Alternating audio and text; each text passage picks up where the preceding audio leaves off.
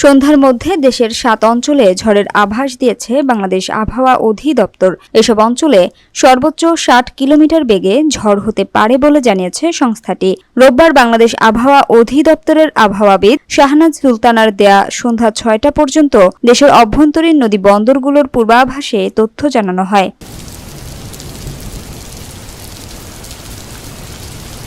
আবহাওয়া অফিস জানায়, আজ সন্ধ্যা ৬টার মধ্যে খুলনা, বরিশাল, পটুয়াখালী, নোয়াখালী, কুমিল্লা, চট্টগ্রাম এবং কক্সবাজার অঞ্চলগুলোর ওপর দিয়ে দক্ষিণ ও দক্ষিণ-পূর্ব দিক থেকে ঘণ্টায় ৪৫ থেকে ৬০ কিলোমিটার বেগে অস্থায়ীভাবে দমকা বা ঝড়ো হাওয়া সহ বৃষ্টি অথবা বজ্রসহ বৃষ্টি হতে পারে। এসব এলাকার নদী বন্দরগুলোকে ১ নম্বর সতর্ক সংকেত দেখাতে বলা হয়েছে।